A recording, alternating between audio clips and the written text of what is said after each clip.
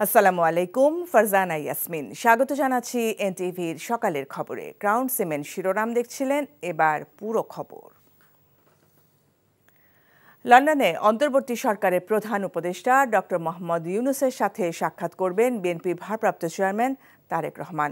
আগামী ১৩ জুন সকালে বাংলাদেশের আগামী রাজনীতির জন্য অত্যন্ত গুরুত্বপূর্ণ ওই বৈঠক অনুষ্ঠিত হবে। একটি অভিজাত হোটেলে বসবে হাই ভোল্টেজ কাঙ্ক্ষিত সেই বৈঠকটি। ঠিক হয়েছে আনুষ্ঠানিক আলোচনার পাশাপাশি খানিকক্ষণ একান্তেও কথা হবে দুই ব্যক্তিত্বের মধ্যে। শিডিউল সেভাবেই ঠিক হয়েছে বলে জানিয়েছে বিএনপির দলীয় সূত্রগুলো। ৪ দিনের সরকারি সফরে সোমবার সন্ধ্যায় লন্ডনের উদ্দেশ্যে ঢাকা ছেড়ে গেছেন অন্তর্বর্তী সরকারের প্রধান উপদেষ্টা ডক্টর মোহাম্মদ ইউনূস। স্থানীয় সময় মধ্যরাতে ফ্লাইটটি লন্ডনে পৌঁছেছে বলে জানা গেছে। এ সফরে বাকিংহাম প্যালেসে ব্রিটিশ রাজা তৃতীয় চার্লসের সঙ্গে দেখা করবেন প্রধান উপদেষ্টা। ১২ জুন তিনি রাজা চার্লসের হাত থেকে গ্রহণ করবেন কিংস চার্লস হারমোনি অ্যাওয়ার্ড। দ্বিপাক্ষিক বৈঠক অনুষ্ঠিত হবে ব্রিটিশ প্রধানমন্ত্রী কিয়ার স্টারমারের সঙ্গে। তবে যুক্তরাজ্যে শেখ হাসিনার ভাগ্নি টিউলিপ সিদ্দিক প্রধান উপদেষ্টা ডক্টর মোহাম্মদ ইউনূসের সাক্ষাৎ চেয়ে চিঠি দিলেও তাতে সাড়া মেলেনি। যুক্তরাজ্যে বাংলাদেশের কূটনীতিক এবং সরকারি ঘনিষ্ঠ সূত্র এই তথ্য জানিয়েছে। তারা জানান টিউলিপের চিঠিকে আমলে নিচ্ছে না সরকার, ফলে প্রধান উপদেষ্টার সাক্ষাৎ পাচ্ছেন না তিনি। গত ১৫ বছরে চামড়া শিল্পে গড়া সিন্ডিকেট এত দ্রুত ভাঙা সম্ভব নয় বলে মন্তব্য করেছেন বাণিজ্য উপদেষ্টা শেখ বশিরউদ্দিন। সোমবার দুপুরে যশোরের রাজারহাটে তিনি এমন মন্তব্য করেন। চামড়া শিল্পর যে অধঃপতন হয়েছে গত ১২-১৫ বছরে, একটা নৈরাজ্য, সিন্ডিকেটেড মার্কেট অ্যাপ্রোচ, আমরা এই সমস্ত জিনিসকে ভেঙে দেওয়ার জন্য আমি ব্যক্তিগতভাবে সারা দেশ ঘুরে বেড়াচ্ছি। ঢাকাতে আমাদের একটা কন্ট্রোল সেন্টার কাজ করছে। ডিসি মহোদয়দের নিয়ন্ত্রণাধীন মাঠ প্রশাসন সকলে এই বিষয়ে কর্মকাণ্ড পরিচালিত করছে। পরিবার পরিজনের সঙ্গে ঈদ আনন্দ ভাগাভাগি করতে ঈদের তৃতীয় দিনেও রাজধানীর বিনোদন কেন্দ্রগুলোতে ছিল দর্শনার্থীদের উপচে পড়া ভিড়।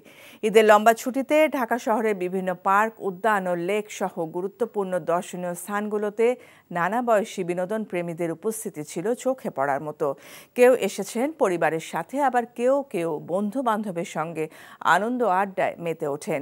এদিন বিকেলে রাজধানীর হাজারীবাগে প্রতি বছরের মতো এবারও ঢাকাবাসী সংগঠন ও ফ্রেন্ডস ক্লাব অফ লস অ্যাঞ্জেলেসের উদ্যোগে ঈদ উল আজহা উপলক্ষে আনন্দের র্যালি এবং ঢাকা বিষয়ক বই প্রদর্শনীর আয়োজন করা হয়। এবারে র্যালির স্লোগান ছিল ঢাকার ইতিহাস, ঐতিহ্য ও সংস্কৃতি রক্ষা করুন। এই তো ঘুরতে আসছি, ফ্যামিলি সবাই, ভাই বোন কাজিনরা বাচ্চারা, এইটাই ঈদের আনন্দ। সবাইকে নিয়ে ঘুরতে বের হয়েছি, ভালো লাগতেছে। ঈদ মুবারক।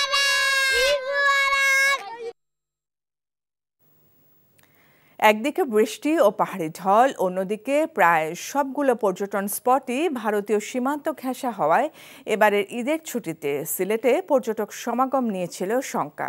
তবে ঈদের দিন থেকেই পর্যটকদের পদচারণায় মুখর সিলেটের পর্যটন স্পটগুলো।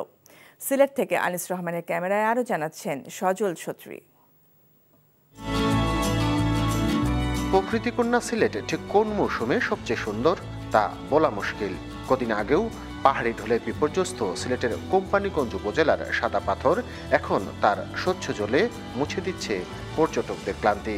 পাহাড়, পানি আর পাথরের অপরূপ দৃশ্য যেন সৌন্দর্যের সমুদ্র অবগাহন। আমি আসছি চিটাগং থেকে, এত দূর থেকে আসছি, এসে ভাবছি ভালো লাগবে না, বাট খুবই ভালো লাগতেছে। সাদা পাথরে পানি বাড়ার কারণে সৌন্দর্যটা আরো বৃদ্ধি পাইছে। পাথরের পানি খুব ঠান্ডা এবং ফ্রেশ। আমরা তো পানি খাইতেছি, এত সুন্দর একটা পানি।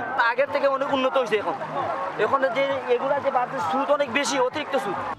টানা ছুটিতে পর্যটকের ভিড় বাড়ছে প্রতিদিনই। বন্ধু স্বজন আর পরিবার পরিজন নিয়ে প্রকৃতির কাছাকাছি সময় কাটাতে অনেকেই বেছে নিয়েছেন সিলেটকে। তবে জাফলং, বিছানাকান্দি, সাদা পাথরের মতো পর্যটন স্পটগুলো ভারত সীমান্ত ঘেঁষা হওয়ায় বাড়াতে হয়েছে নিরাপত্তা। আমরা তাদেরকে অ্যাওয়ার্ড করছি হ্যান্ড মাইকের মাধ্যমে, বাঁশির মাধ্যমে, লিফলেট দিয়ে, তারপরে লোকজনকে বুঝিয়ে।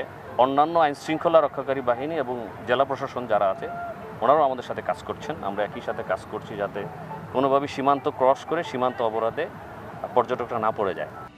শুধু পর্যটকদের নিরাপত্তা নয়, পর্যটন স্পটগুলো থেকে অবাধে বালু পাথর উত্তোলন ও লুটপাট বন্ধ এবং সার্বিক পরিবেশ সুরক্ষায় স্থানীয় প্রশাসনের সাথে আইন শৃঙ্খলা রক্ষাকারী বাহিনী ও বিজিবি সমন্বিতভাবে কাজ করছে বলেও জানানো হয়। সজল ছত্রী, NTV নিউজ, সিলেট। এই ছিল সকালের খবরে। এই খবরের ভিডিও সহ আপডেট জানতে ভিজিট করুন NTV অনলাইন www.ntvbd.com। এছাড়াও NTVর জনপ্রিয় সব অনুষ্ঠান ও খবরের আপডেট জানতে ভিজিট করুন আমাদের ইউটিউব ও ভেরিফাইড ফেসবুক পেজ। এতক্ষণ সাথে থাকার জন্য ধন্যবাদ সবাইকে।